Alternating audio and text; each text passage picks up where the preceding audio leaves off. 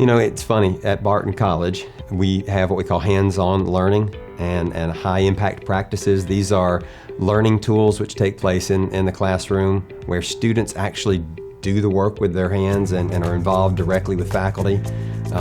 They're not 5 rows away in an auditorium of 300 people. They don't watch a faculty member do a lab. They are in the lab doing the lab themselves with the faculty member. I always try to look at teaching as a shared journey, as a shared experience, rather than students coming to me as empty containers into which I fill them with information that they may find relevant or irrelevant. I rather look at it as taking them from their experience to a new, deeper understanding of the basics. I think my biggest joy is pushing the students to something and having them achieve something they're not sure if they could do it, and to see that satisfaction.